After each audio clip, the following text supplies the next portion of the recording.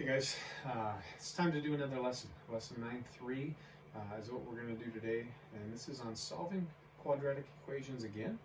However, I'm going to teach you another method for solving quadratics, and this is a method that only works in certain situations, but we're going to solve quadratics by square rooting. Okay, so thus far we've worked on solving quadratics by factoring back in Chapter 7. In our previous lesson, we also worked on solving quadratics as well, and so by using our graphing or by using our calculators.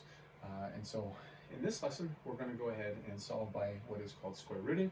We've worked with square roots before, and so I don't anticipate that this would be too challenging for you, but let's do our best here. So let's get after it. Alrighty. So our main objectives are right there, to solve quadratic equations using square roots. We're going to look at a variety of equations today that we can work on solving. I've got ample examples in here. Once again, my recommendation is pause the video, especially after maybe watching me go through at least one of them, and try the remaining two or so on your own, and then hit play and see, are you getting this? Okay, make this digital distance learning education somewhat interactive, where you do still get the opportunity to try this on your own before just going right to the homework. Okay, so yeah, here are our objectives: to solve quadratic equations using square roots, and then also we'll get to some that we'll still do the same way, but we'll have to approximate our solutions. We won't get nice pretty answers. In other words, we'll have to round our answers, and so that's what that's getting at. Okay. All right, again, I apologize, as I often do in class, for the blurriness here of this, but here are the steps for solving quadratic equations. It says earlier we've looked at properties of square roots, right? I spent forever in lesson 9.1, I should say, where I did all of those many lessons, all dealing with square roots. Now you are going to use square roots to solve quadratic equations. Now notice, it's not quadratic equations that are in any form. It's specific to this strategy. This method for solving quadratics are for quadratic equations that are in the form ax squared plus c equals 0. Hopefully you realize that looks a little different than the quadratic equations we just got done solving in lesson 9.2 by graphing. And hopefully you're also able to identify that what looks different about that is that it's missing a bx term. Okay, so that is a huge thing for you to recognize. This strategy for solving quadratic equations is only for when our quadratic equations can somehow fit into this ax squared plus c equals 0 form. So how do we do it? I highlighted it right there for you guys. First, we're going to isolate. Isolate means get by itself the x squared on one side of the equation. When we do that, so if you look at ax squared plus c equals 0, there's two things attached to x squared. There's an a by multiplication, there's a c by addition. The weaker of those orders would be the addition of c, so we'll get rid of that first by subtracting. And then we divide by the a, and we'll have x squared all by itself. So let's say we have x squared equals d. Then it says, then solve by taking the square root of each side.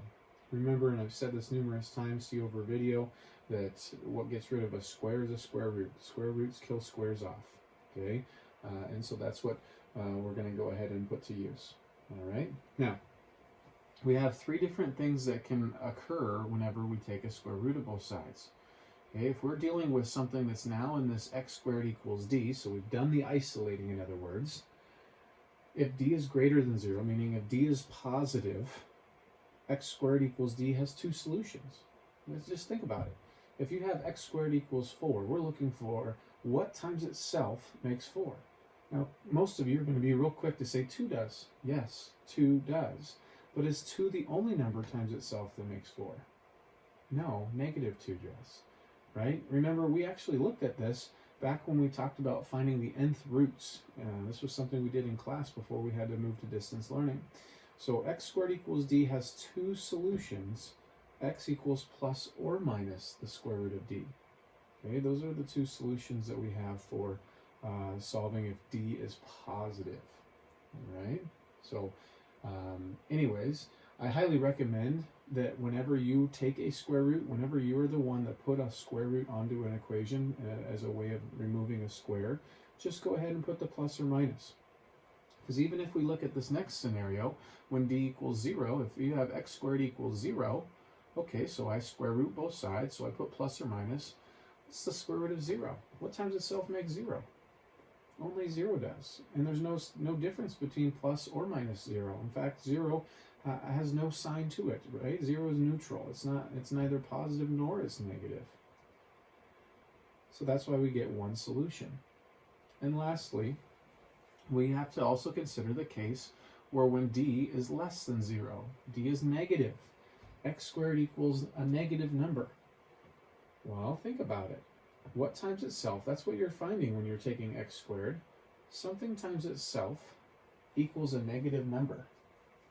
Nothing times itself will equal a negative. And we had a long, lengthy conversation about this again when we were finding nth roots. A positive times a positive is a positive number. And also a negative times itself, another negative, is a positive number. So there's nothing times itself that makes a negative number. That is no real solution. At an Algebra 2 level, you'll get into what are called imaginary or complex solutions, and that will address that scenario. All right, so let's, enough of the, maybe the ambiguous information here. Let's get to some concrete examples. Oops, I went too far. Well, maybe I didn't. Just kidding. Okay, so here are 3 questions to go ahead and solve. The directions are really kind to you. They say solve by using square roots. But again, it should already be thought to us that we will solve these by using square roots, because hopefully you notice in all 3 of these problems listed here, there is no bx term. We have an ax squared, we have a c, we do not have a bx term. Okay, so we're going to go ahead and do these. I'm going to switch on over to my whiteboard. That's right, power up the document camera here. Sorry about that.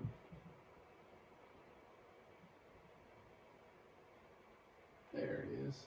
Okay, so 3x squared minus 27 equals 0 is our first equation. It's looking a little blurry to me, so I'm gonna, there we go, a little bit better. Okay, so the first step we just saw on our lesson was to go ahead and isolate x squared. So again, we've got a minus 27 and we've got a 3. The minus 27 is attached by, or the 27 is attached by subtraction.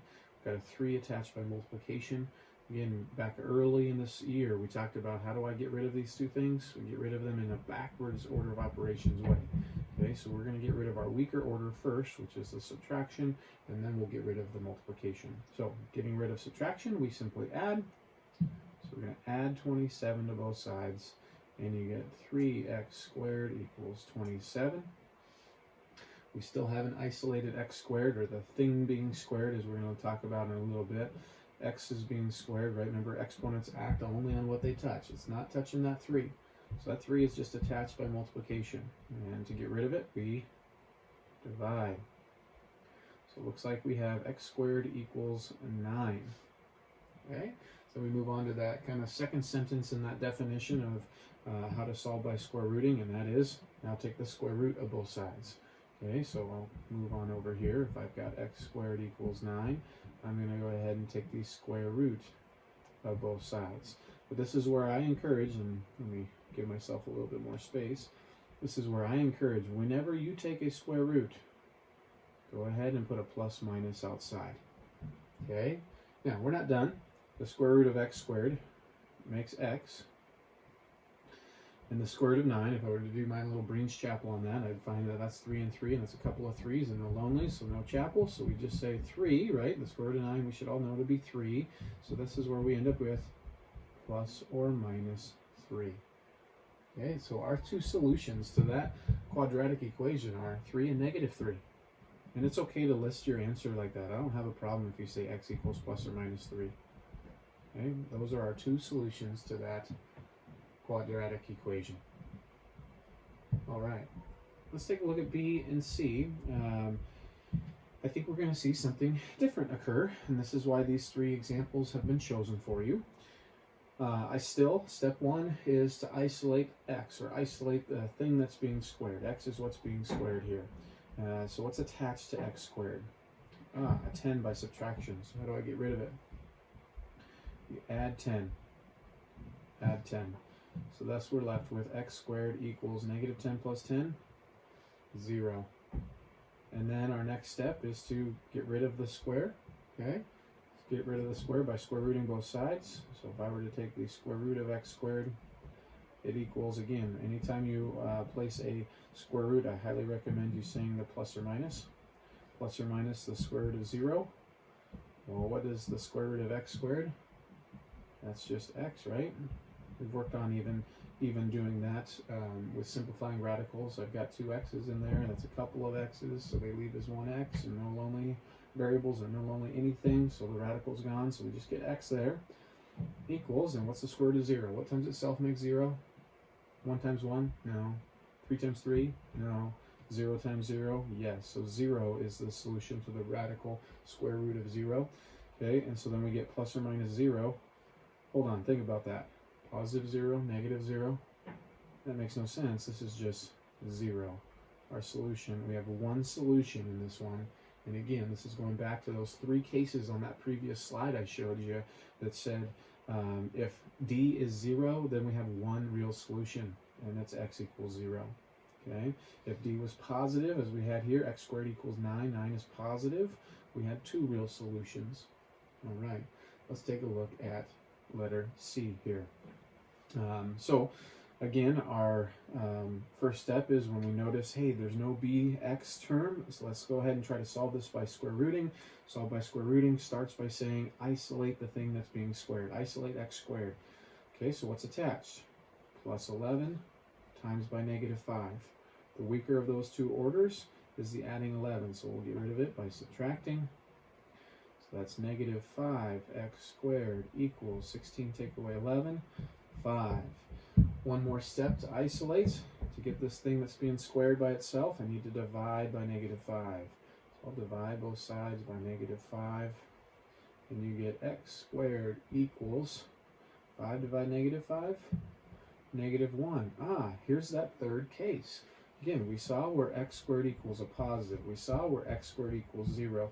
And now, oops, right there, I should have circled. And now we have x squared equals a negative. To still finish trying to solve this, I would have to take the square root of both sides. Okay, but at this point, hopefully you'd realize, wait, I've got x squared equals a negative. Nothing times itself will make a negative. This is where we run into no solution. And it's okay to do that empty set symbol, or you can just simply say no solution. Okay, so again, I love these three examples. I hope that you didn't bypass these three examples, because all three of these present the different cases. Okay, and that's what we need to be comfortable. And that's the only things that I can ever present to you. I can only give you in a problem. It's going to resemble one of those three. So if you can do all three of those, then you should have no problem with anything that I throw at you. Okay, so hopefully that helps a little bit. All right, let me switch back on over to our lesson here. And we're going to change things up slightly. Okay, you've been hearing me say something. I'm going to go back actually. In the yellow highlight, I said first isolate x squared on one side of the equation to obtain x squared equals 9. As I was talking through those problems, on many of them I said isolate the thing being squared. Because where we're going next is we're going to utilize the same principle of solving by square rooting, but not when it's just x alone that's being squared. Take a look at, take a look at this next example of x minus 1 quantity squared equals 25. And look, the directions still say solve by using square roots. And the reason that is we can still use the same principle that we've been doing in solving those other equations by square rooting, and we can apply it right here. If we simply just go back to that set of notes and think of it as isolate the thing being squared. Okay, so in this problem, we see x minus 1 as a whole quantity. That whole thing is being squared because, again, remember we said exponents act on what they touch. This time, that exponent 2 is touching the whole parentheses, the whole set of parentheses which contains the x minus 1. So right now, what I want you to understand is we actually have this thing isolated, okay? The thing that's being squared isolated. Okay, so let's switch over my doc cam here and let's try this problem together. All right, so x minus 1 quantity squared equals 25. So again, we would say, all right, well, can I isolate the thing that's being squared? Yes, in fact, it's already isolated. Okay, so then we move on. It says square root both sides. So if I square root both sides, okay, let me just write out all my steps here. Anytime you square root a number, you should add your plus or minus. Okay, so the square root of x minus 1 quantity squared. Remember, squares and square roots kill each other off. We're left with x minus 1 equals plus or minus the square root of 25. Well, what do I know about the square root of 25? Hopefully you're saying 5. Okay, so then I have plus or minus 5. Now what I want you to realize here, ladies and gentlemen, is this is actually two equations. This is x minus 1 equals 5, and we have x minus 1 equals negative 5. To find our two solutions for x, we need to solve each of these. I can't just solve one of them, okay? So I will, to get rid of this minus 1, I need to add 1, and then it's the same steps over here. So you get x equals 5 plus 1, 6, or x equals negative 5 plus 1, negative 4. Those are our two solutions to that equation. And double check with me. Let's plug them back in. Let's see, did they make the equation, the original equation, true? 6, plug it in there. Order of operations, take away the 1, 5, 5 squared, 25. Plug in negative 4. Negative 4, take away 1. Negative 5. What's negative 5 squared, or negative 5 times itself? Negative times a negative is a positive, 5 times 5. Hey, both of those check. Okay, so those are our two solutions to that equation. So hopefully you can see how that is very similar to what we did on those first three examples. It's just we have to rethink those directions to isolate the thing that's being squared rather than just isolate x squared. Okay, and so that's why I was starting to say that a lot when I went through those first couple examples. All right, let's try another one. Again, if you think you get the hang of this, this would be a great time to pause the video and try it yourself. All right, so we need to, again, I see that I've got something squared equals a number, so I can solve this by square rooting. We want to isolate the thing that's being squared. So the square is on this whole expression, and so thus it is already isolated. So I'm ready, just like on the last problem, to go ahead and at the start here, square root both sides. Anytime you square root a number, you should put your plus or minus on. Plus or minus the square root of 36. Okay. Square roots kill off squares, so we're left with just 2x plus 1. I don't need a set of parentheses there. Equals, what do we know about the square root of 36? 6, right? So we have plus or minus 6.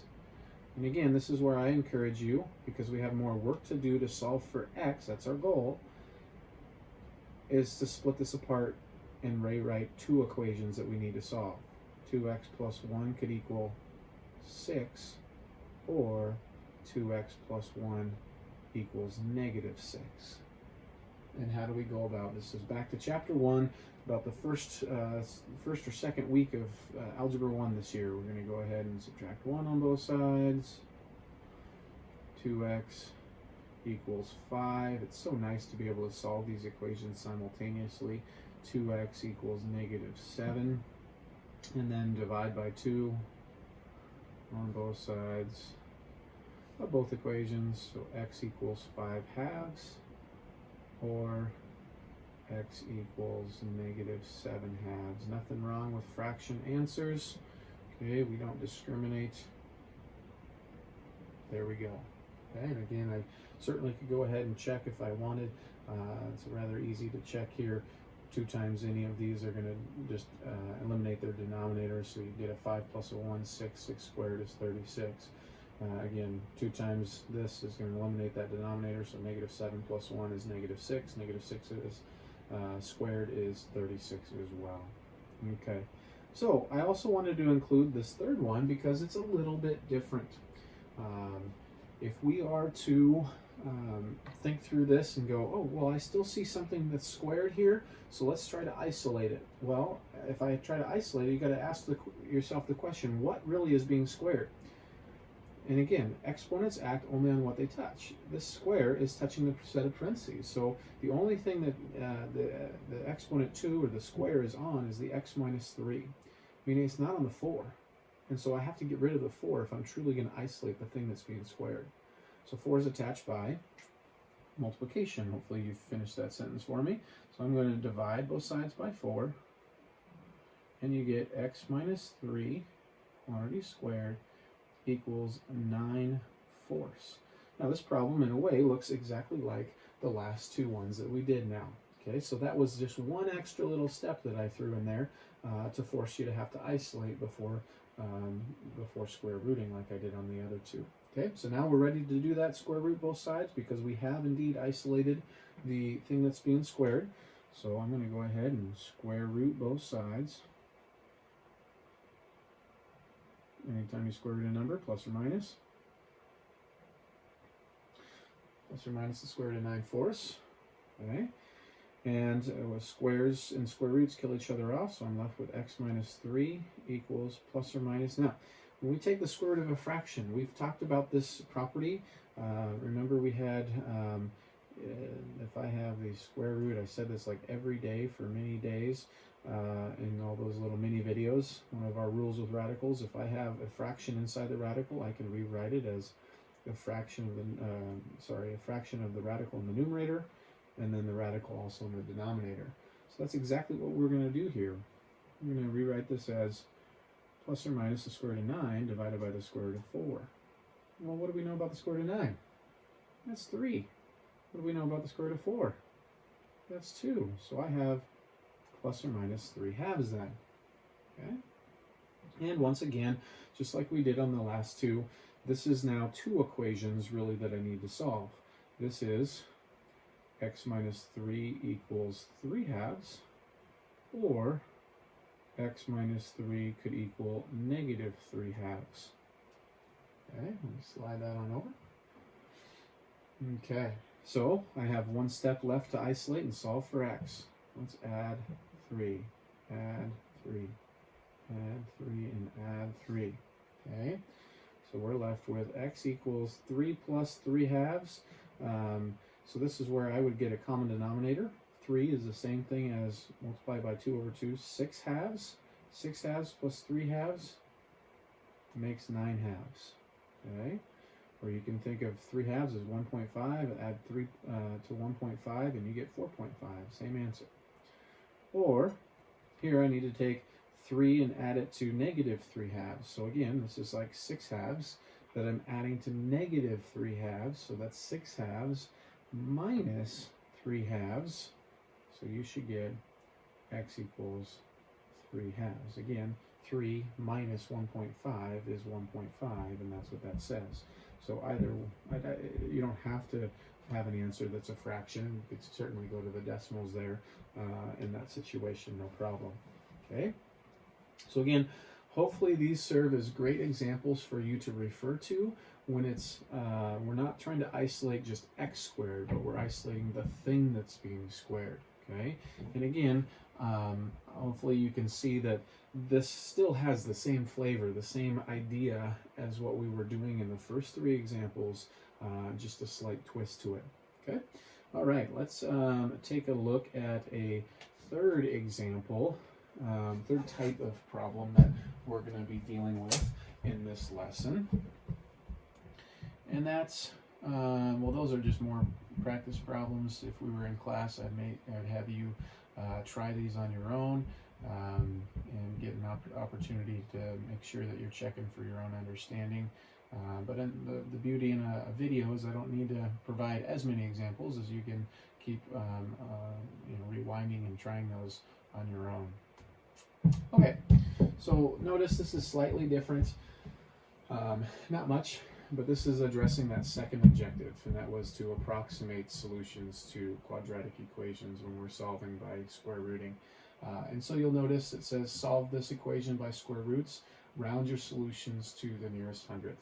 You see, not all quadratic equations when we try to solve by square rooting are going to solve so nicely where we get whole numbers. And so we need to be prepared to also use our calculator and round our answers. Okay, so that's all that's different about this. So here we go, let's switch on over. I've got a few of these for us to try again. I'm not a believer in just show it to you once and expect that you've got it, so I've got a few examples. So same direction, solve, round to the nearest hundredth.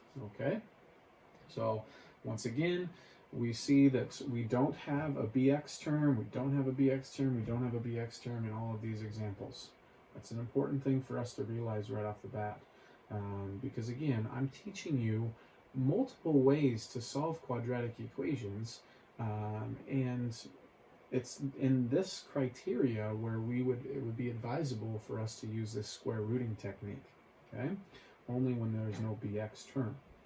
All right, so then we move on and we say, well, what are our steps? Oh, our steps started by saying, it was there in that highlight of that slide that said, no, we need to isolate the thing that's being squared first. So you look at this problem and say, what's being squared? Square is on the x and the x only. That means I got to get rid of this 13, I got to get rid of this 4. You, again, remove in the reverse order, the order of operations.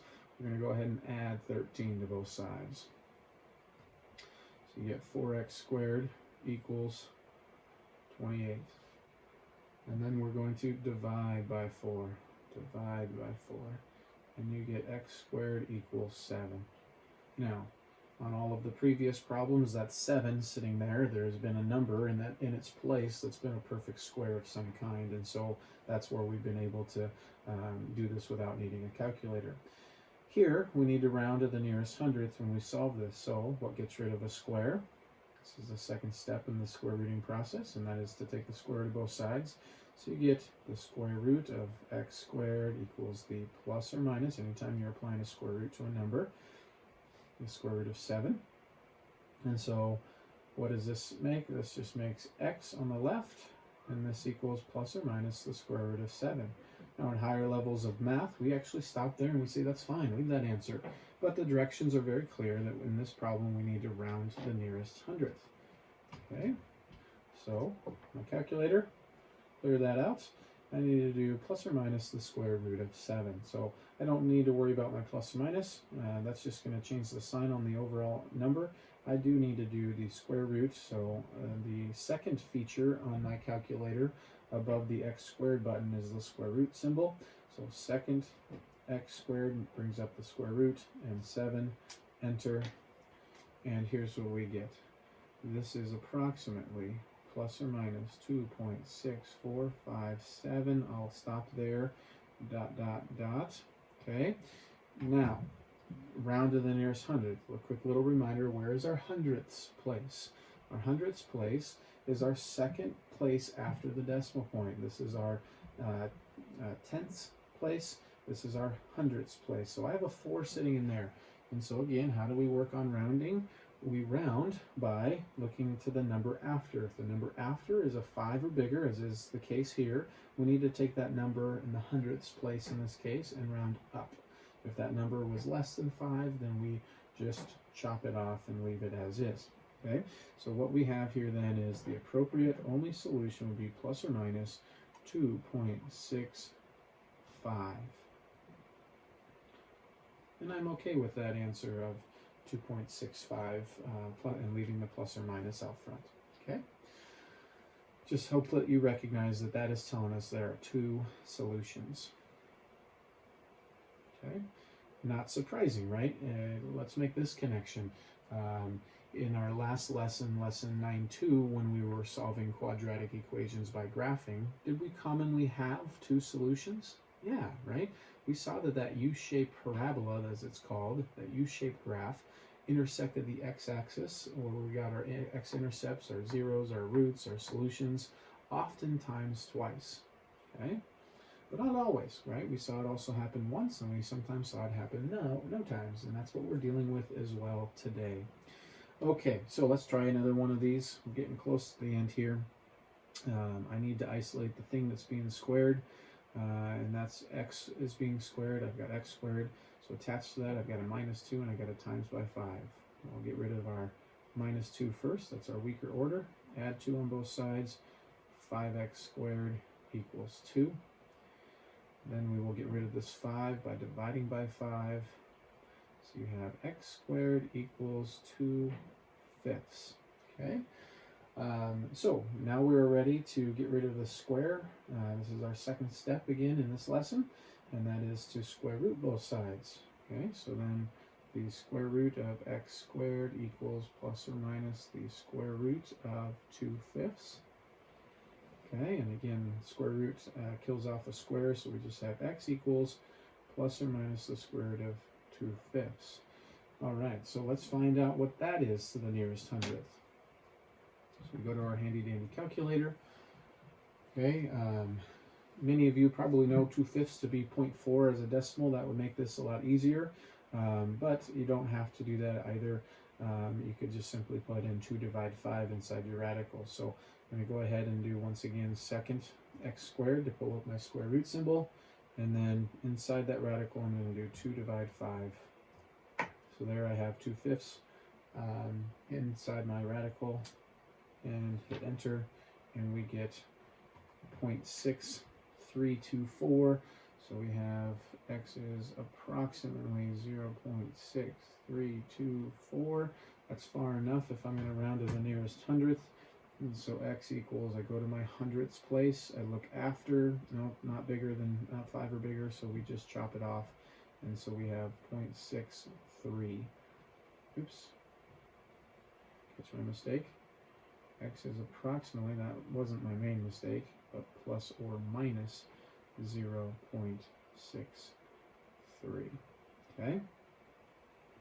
Those are our two solutions that satisfy that original equation.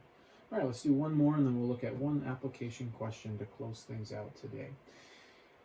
Once again, no bx terms, so we're ready to solve this by square rooting. We have to first isolate the thing that's being squared. So what's being squared is x, so we're going to go ahead and get rid of this 30 that's being subtracted and this 3 that's being multiplied. So we'll add 30 to both sides. 3x squared equals 34. Then we will divide both sides by 3. X squared equals 34/3. 3 doesn't quite go in there. It goes in there 11 times with 1 extra. And so here we go. Next, we've got to get rid of this square by square rooting. So we square root x squared equals plus or minus the square root of 34/3. Okay. Again, the square root of x squared is just x equals plus or minus the square root of 34/3. And that's what we need to go to our calculator to find. So we go back here and we say, all right, square root, second x squared, and we're going to type in 34/3 this time. Enter. We get, it's approximately plus or minus 3.3665. Good enough. So that means x is approximately, to go to our hundredth spot, there's our hundredth spot, that first 6. We look after, it's a 6, so that tells us to round up. Approximately plus or minus 3.37 is our solutions to that problem. Okay? All right. Let's try, let's move on to an application question here. Let me switch on over to my screen here. And there's been more opportunities to practice. Here, we can close things out with this problem about a touch tank. So So where you can feel different marine life, sea life, I don't know the best way to describe it.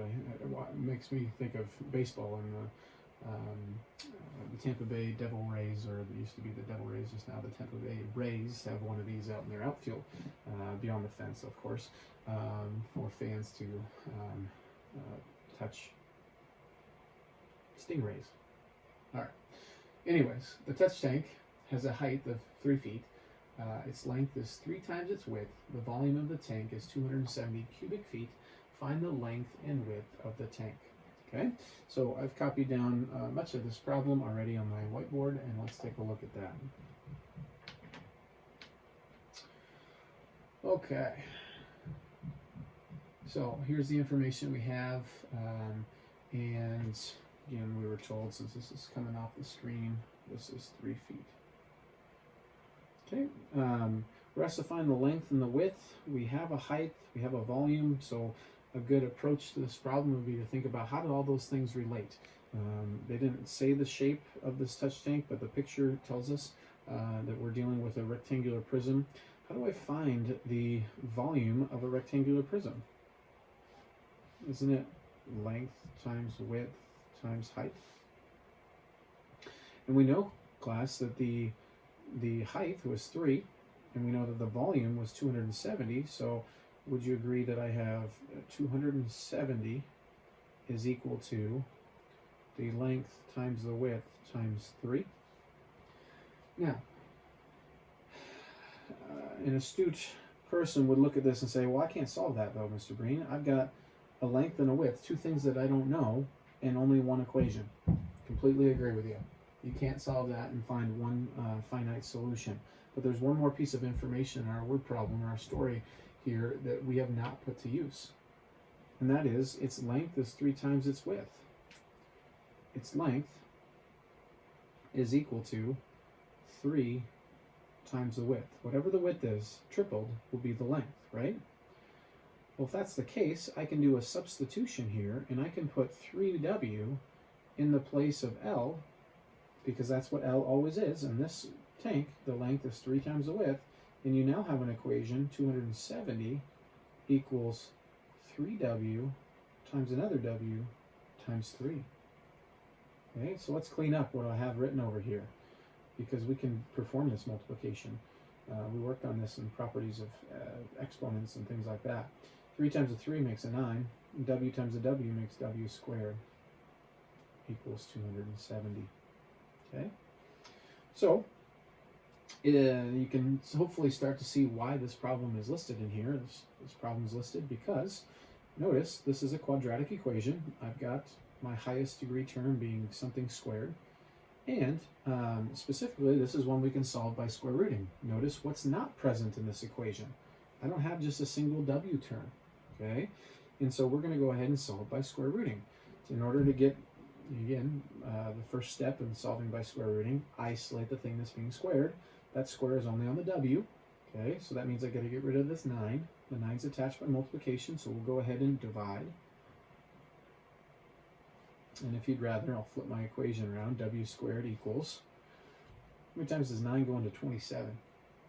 3, right? And then stick on that 0. So we have W squared equals 30. And then we can go ahead, and the second step of solving by square rooting is to square root both sides. So you get square root W squared equals, anytime you're taking a square root of a number, plus or minus the square root of 30. Okay? And let's think about this. When I take the square root of W squared, we just get W. And here, I take the square root of 30. So just like we've been doing, square root of 30. 30 is not a perfect square. And I get this answer here.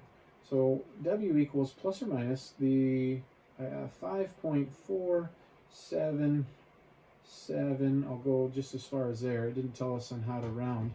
But the last one, the precedent, has been to the nearest hundredth, and that's all I need then to make the judgment as to where to round. Here's my hundredths place, and I look one after, and I see that it's a 7. So this really turns into 8. Okay? Now, what is wrong with this answer for the width? You might say, well, you haven't found the length. Yeah, that's part of what's wrong. I need to find the length and the width of the tank, but there's something else that's wrong. You see, context always overrules strict math. The context of this problem is that we're dealing with finding dimensions of a tank. Can I have a negative width to a tank? No. So the context has to overrule the math and say, no, the only solution for our width cannot be negative 5.48 feet. It can only be 5.48 feet. Okay, so there is our width. Now, we're not done with the problem. The problem also asks for our length. So what do I have in this problem to help me find the length when I know the width? Hopefully you're thinking, oh yeah, this statement right here about its length is 3 times the width. Exactly, so we're just going to plug this now into that equation. L is 3W, so L equals 3 times 5.48, and we get L to be approximately, we'll do that here. I'm just going to take the exact answer and times by 3, enter. We get 16.431. Where should I round that? If I'm going to the nearest hundredth, the number in the thousandths place is only a 1, so we just chop it off, and the units are feet, and there we have the width and the length of this tank. Okay, so if I were to take a great way to check this, if I were to take 5.48 times by 16.43 times by 3, what should we get? We should get 270. Want to check? Let's see. It's always nice, again, beautiful thing about mathematics, we can check our solution. So I'm going to take this answer right here, 5.48 times by 16.43 times by 3, enter. And you might say, Mr. Green, we did it wrong. I don't have 270, I have 270.1092. This is another example as to why rounding is dangerous. Okay, it's close enough to help us tell in the checking process, oh, because we rounded, and this is why I did, at least right over here, I put the approximate symbol. I didn't here, I probably should have, approximately. But it's close enough for us to tell, yes, we did do this problem correctly. The 2 requirements are that, or well, I guess 3. The height is 3. We did that. These 2 have a relationship where the length is 3 times the width. We did that. That's how we found that. And then all 3 multiplied together has to make our volume, which is 270. Okay? So, anyways, hopefully that was helpful to walk through. Hopefully this lesson has done an adequate job of preparing you for how to solve quadratic equations, by square rooting. Just one technique that we can use to solve quadratic equations. Again, we've looked at multiple ones. We'll keep looking at a couple others in this lesson, or in this chapter, I should say, as well. But this lesson of solving quadratics by square rooting is primarily successful when you have a quadratic equation that is in the form of x squared plus c equals 0. It needs to be able to be put into that. Better said, it has to just be missing a bx term. If you have a quadratic equation that's missing your bx term, then solving by square rooting is by far your best bet for solving. So once again, hopefully this video has been profitable for you. Hope you guys are doing well and staying safe, and we'll catch you later.